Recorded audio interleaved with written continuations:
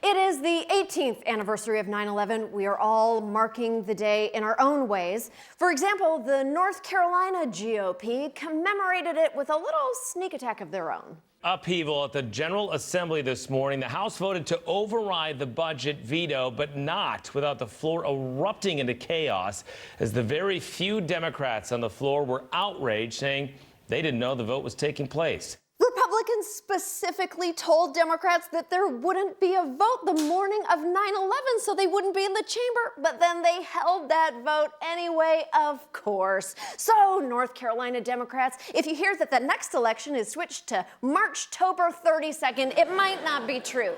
And when Trump tells us that he's not using the presidency to line his own pockets, it's looking like that's not true either.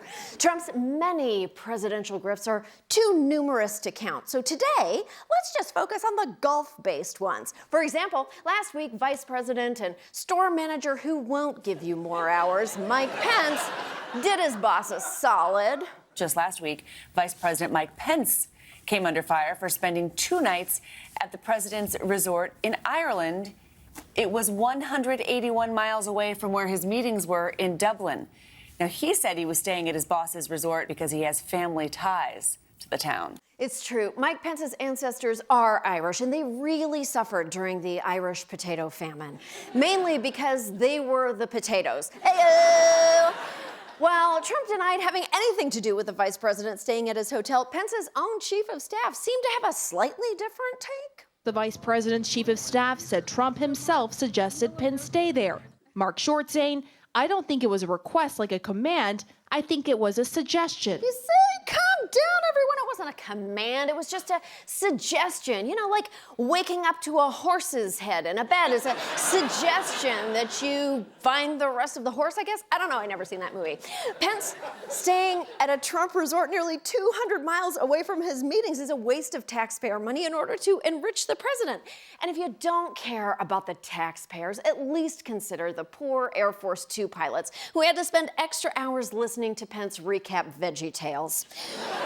Nor is Trump's administration only trying to prop up its resorts abroad. They also announced plans to do it right here in America when Trump said he'd like to hold the next G7 meeting at his resort in Doral, Florida. You might think housing 7 heads of state and the dozens of people on their staff is just a way for Trump to funnel more money into his pelican jowls, but he's actually got a very reasonable explanation. Doral happens to be within Miami. It's a city. It's very importantly only 5 minutes from the airport. Oh my God, they get to be near the airport? That is luxurious. And if I know Florida, it's also right around the corner from the nearest gun shop / massage parlor / daycare. Angela Merkel is going to get a hell of a spray tan. So obviously the president only wants the G7 conference at his golf resort because he knows it's the best place to hold it. It definitely has nothing to do with the fact that as of 2017, income from Trump's Doral resort has dropped 69%. Truly, it's the first time I've ever seen 69 and really meant it when I said, nice.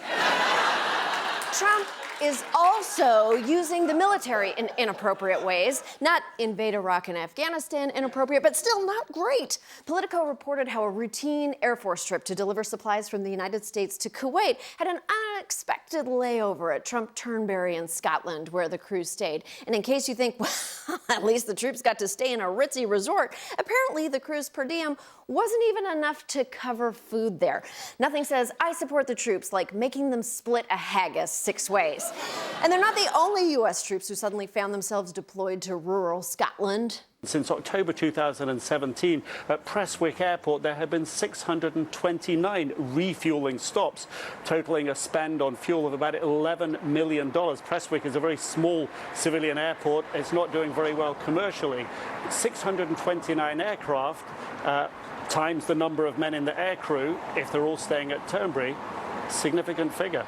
Cool! Trump finally found a business model that works. Deploy the entire Air Force to spend money on you. You know, Forever 21 is filing for bankruptcy. If only they could send in the Marines to buy 500,000 bralettes that say Peter Frampton on them.